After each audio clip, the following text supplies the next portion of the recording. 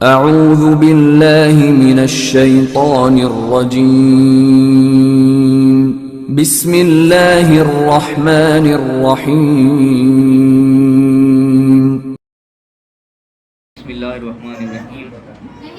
آج مرخہ 29 مئی ہے 2021 اور ہمارا جو 15 روزہ درس ہوتا ہے وہ اس دفعہ ایک ہفتے کی تاخیر سے ہو رہا ہے، کچھ مصروفیات تھیں رشتہ داروں کے اندر۔ تو ہم اللہ کا نام لے کے شروع کرتے ہیں۔ ہماری سورہ آل عمران جو ہے وہ چل رہی ہے، پچھلے درس میں ہم نے 2 رکوع اس کے پڑھے تھے، آج انشاءاللہ ہم اس کے تیسرے رکوع سے آغاز کریں گے۔ تمام لوگ جو ہیں وہ دعا پڑھ لیں، رب اشرح لی صدری ویسر لی امری واحلل عقدۃ من لسانی یفقہوا قولی۔ یہاں پہ اللہ تعالیٰ ارشاد فرما رہا ہے کہ ان الذین یکفرون بآیات اللہ، جو لوگ اللہ کی آیات کا انکار کرتے ہیں، وَيَقْتُلُونَ النَّبِيِّينَ بِغَيْرِ حَقٍ، اور انبیاء کو جو لوگ ناحق قتل کرتے رہے، وَيَقْتُلُونَ الَّذِينَ يَأْمُرُونَ بِالْقِسْطِ مِنَ النَّاسِ، اور وہ لوگ جو کہ اللہ کے جو قسط کی بات کرتے ہیں، انصاف کی بات کرتے ہیں، ان لوگوں کو بھی قتل کر دیتے ہیں، حق کی بات جو کے بیان کر رہے ہوتے ہیں ان لوگوں کو بھی قتل کر دیتے ہیں۔ فَبَشِّرْهُم بِعَذَابٍ أَلِيمٍ، ان کو دردناک عذاب کی جو ہے وہ بشارت سنا دو، ان کو جو ہے خبر دے دو دردناک عذاب کی۔ یہ اس قسم کے دور لوگ ہر دور میں رہے، جو کہ اللہ کے انبیاء کو قتل کرتے رہے، اب انبیاء کی جگہ اور جو حق بات کہنے والے لوگ ہیں ان کو بھی قتل کر دیا جاتا ہے۔ آج بھی یہ چیز نظر آتی ہے، کوئی جج حق کا فیصلہ دے وہ جج کو مار دیا جاتا ہے، کوئی عالم حق کی بات کر رہا ہے تو اس عالم کو قتل کر دیا جاتا ہے۔ یہ ہر دور میں اس قسم کے لوگ رہے، آج بھی موجود ہیں، حق کی بات لوگ مار دیتے ہیں جو کچھ حق بات بیان کر رہا ہوتا ہے۔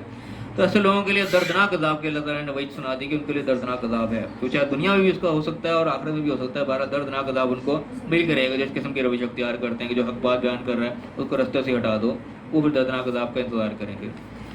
فرمایا کہ اولئک الذین حبطت اعمالهم فی الدنیا والآخرہ، یہ وہ لوگ ہیں جن کے سارے اعمال دنیا و آخرت کے برباد، وہ جن کو جتنی بھی نیکیاں کر رہے ہیں، چاہے جتنے بھی صدقہ خیرات کر رہے ہیں، کچھ بھی کر رہے ہیں، بڑے بڑے انہوں نے کچھ چیریٹی کے ادارے کھولے ہیں، کچھ بھی ہوا ہو، اللہ کے نزدیک وہ سب برباد ہے۔ جن کا روش اس قسم کی جو حق بات کو سننا پسند نہ کریں اور حق بات کرنے والوں کو ہی راستے سے ہٹا دیں، ان کا سب کچھ برباد ہے۔ پھر وما لهم من ناصرین، ان کا پھر کوئی مددگار نہیں ہوگا، پھر وہ بے یار و مددگار ہی ہوں گے، چاہے دنیا میں ان کے لاکھوں جو ہے وہ مددگار اکٹھے ہوئے ہوں، لیکن اللہ کے نزدیک وہ سب کے سب برباد ہوں گے اور کوئی ان کا مددگار نہیں ہوگا۔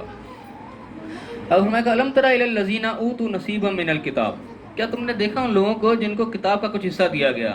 کتاب کے کچھ حصے تو مراد بھی ہو سکتے ہیں قرآن سے پہلے جو نازل ہوئی تورات انجیل، کیونکہ اصل کتاب تو اللہ کے لائے محفوظ میں ہمیشہ سے موجود ہے، اس کے کچھ حصے اللہ اپنے وقت نازل کرتا رہا ہر دور میں، اور آخر میں آ کے اللہ نے وہ مکمل کا پورا نازل کر دیا۔ تو میں کہ جن لوگوں کو کتاب کا کچھ حصہ دیا گیا، یدعون الی کتاب اللہ، وہ اللہ کی کتاب کی طرف بلائے جاتے تھے، ان کو بلایا جاتا تھا اس طرف کیا ہو اللہ کی کتاب کی طرف، لیحکم بینہم، تاکہ ان کے درمیان فیصلہ کیا جائے، جو ان کے اختلافات تھے اللہ کتاب جو بھی احکامات نازل ہوتے ہیں ان کو بلایا جاتا تھا کہ آؤ اس کے مطابق فیصلہ کرواؤ۔ ثم یتولی فریق منہم، پھر ایک فریق ان میں سے منہ موڑ لیتا تھا، وہ معرضون سے اعراض کرتے تھے کہ وہ فیصلہ اپنے خلاف آ رہا ہوتا تھا، کتاب کو مانتے بھی تھے لیکن اس کو منہ موڑ جاتے تھے کہ یہ فیصلہ تمہارے خلاف آ جائے گا۔ ذالک بانہم قالوا لن تمسنا النار الا ایاما معدودات، ایسا وہ کیوں کرتے تھے کہ وہ کہتے یہ تھے کہ ہمیں تو آگ چھو ہی نہیں سکتی مگر چند دن، یعنی کہ وہ اپنی اسی غفلت میں اسی جو ہے غلط روش کے اوپر چلتے رہتے تھے، تو خیر ہے کچھ نہیں ہوا، مر جائیں گے تو کیا ہو جائے گا، آگ ہمیں چند دن ہی چھوئے گی۔ یہ یہودیوں کا اکثر عقیدہ تھا، وہ کہتے ہیں ہم اللہ کے بیٹے ہیں، اللہ ہم سے محبت کرتا ہے، تو وہ یعنی کہ اصل حق کو قبول نہیں کرتے، جو حق اللہ نے نازل کیا وہ ان کے خلاف جا رہا ہوتا تھا، وہ موڑ موڑ کے اپنے ہی روش میں چلتے رہتے تھے، خیر ہے کوئی بات نہیں، یہاں تو موج اڑاؤ، آخرت میں کیا ہے چند دن کے لیے آگ چھوئے گی پھر بھی ہم نکل جائیں گے۔ اس قسم کے عقائد ہمارے یہاں پائے جاتے ہیں، یہاں بھی اس قسم کے جملے ملتے ہیں کہ خیر ہے کوئی نہیں، ایک گیڑا ہی لگنا ہے، کوئی نہیں جانور کا گیڑا ہی لے گا نکل آئیں گے، ہم نبی کی امت ہیں، جیسے بھی بخشائے جائیں گے۔ اولیاء کے ساتھ اتنے جو رشتے بنا رکھے ہوتے ہیں لوگوں نے کہ اولیاء کو راضی رکھا جائے، ان کے پیچھے عقیدہ اسی قسم کا ہے کہ ہمیں بخشوا لیں گے، ہمیں لے جائیں گے، اپنے آپ کو غفلت کی زندگی میں گزار رہے ہوتے ہیں۔ ایسے لوگ ہیں جو قرآن کو ترجمے سے پڑھنا نہیں چاہتے کہ ہم پڑھیں گے تو ہمیں تو عمل کرنا پڑ جائے گا، اپنے آپ کو غفلت میں لے کے چل رہے ہیں کہ یہ ہمارے بڑے بڑے ہیں، ہمارے انبیاء ہیں، آگے جو بھی ہیں اولیاء، یہ ہمیں بخشوا لیں گے، ہم آپ سے بچ جائیں گے۔ اس قسم کے عقائد جو ہیں ہر دور میں لوگوں نے خود سے گھڑ کے اپنے ساتھ لگائے رکھے، نہ پچھلی قوموں میں کبھی ایسے کوئی وعدے ہوئے، نہ ہماری سمت میں اس قسم کا اللہ نے کوئی وعدہ کیا کہ ہر کوئی ایسی کو بخشا جائے گا، اپنے اعمال سے بخشا جانا ہے جسے یہ بخشا جانا ہے۔ تو یہ غلط روش اس کا اللہ تعالیٰ بیان کر رہا ہے کہ حق بات کی طرف نہیں آتے تھے، وہ اپنی دھن میں لگے رہتے تھے، پیچھے عقیدہ یہ تھا کہ چند دن کے لیے آگ چھوئے گی اس کے بعد ہم بچ جائیں گے، اسی قسم کا ہمارے اندر بھی آ گیا۔ تو میں کہ وغرہم فی دینہم ما کانوا یفترون، اور ان کو دین جو انہوں نے بنا رکھا تھا اس نے ان کو دھوکے میں ڈال دیا، جو کہ انہوں نے خود سے افترا کیا ہوتا ہے، ایک جھوٹ کے اوپر مبنی اور انہوں نے بنا رکھا تھا دین کہ ہم یوں بچ جائیں گے، ایسے بچنے کا کوئی اللہ نے نازل نہیں کی دلیل، تو اس چیز نے ان کو دھوکے میں ڈالے رکھا کہ اپنے اسی میں روش میں لگے رہے، حق کی طرف آئے ہی نہیں۔ میں کہ فکیف اذا جمعناہم لیوم لا ریب فیہ، پھر کیا حال ہوگا اس دن جب ان کو اس دن اکٹھا کریں گے جس میں کوئی شک کی بات ہی نہیں ہے، یعنی وہ قیامت کے دن جب سارے اعمال نامے پیش ہوں گے تو ان کا کیا حال ہوگا. پھر وہ کل نفس ما کسبت، پھر جو شخص نے جو کمایا ہوگا اس کا پورا اس کا بدلہ ملے گا. وہ ہم لا یظلمون، کسی کے اوپر کوئی ظلم نہیں ہوگا. یعنی کہ وہاں پہ حق کے ساتھ ہی فیصلہ ہونا ہے. یہ جو غلط فہمیاں ہیں یہ سب کی سب وہاں برباد ہو جائیں گی، ختم ہو جائیں گی. اللہ بتا رہا ہے کہ اس دن پھر کیا حال ہوگا ایسے لوگوں کا جنہوں نے اس قسم کی خوش فہمیاں پال رکھی ہیں اور اپنی روش میں چلے جا رہے ہیں. وہاں سے جو کریں گے اسی کا پورا بدلہ ملے گا. تو کسی کے ساتھ کوئی ظلم نہیں ہوگا. جس کے ساتھ زیادتی یہاں پہ کر دی وہاں زیادتی نہیں ہوگی، وہاں اس کو اس کا بدلہ ملے گا. جو اس نے ظلم سہا اس کے بدلے وہاں پہ اس کو پورا کرنا پڑے گا صاحب کے ساتھ. اور آگے پھر دعا آئی یہاں پہ فرمایا کہ قل اللہم مالک الملک، کہو. ایک حکمیہ دعا ہے، ایک دعا ویسی آتی ہے کہ یہی دعا لوگ کرتے ہیں، یہاں پہ حکم کے ساتھ آئی کہ قل، کہو اللہم مالک الملک، مالک الملک، اے اللہ تو ہی بادشاہت کا مالک ہے. کہ بادشاہت ہے، بادشاہت کا بھی وہ مالک ہے. تو تل ملک من تشاء، اپنی بادشاہ جس کو چاہتا ہے دے دیتا ہے. دنیا میں بادشاہت مختلف قسم کی آتی جاتی رہتی ہیں، یہ اللہ ہی جس کو چاہتا ہے اس کو دے دیتا ہے. وہ تنزع الملک ممن تشاء، جس سے چاہتا ہے بادشاہ چھین بھی لیتا ہے. وتعز من تشاء وتذل من تشاء، جس کو چاہتا ہے عزت بھی بخش دیتا ہے، جس کو چاہتا ہے ذل و رسوا بھی کر دیتا ہے. کہ اصل جو ہے اس چیز کا مالک ہی وہ اللہ ہے.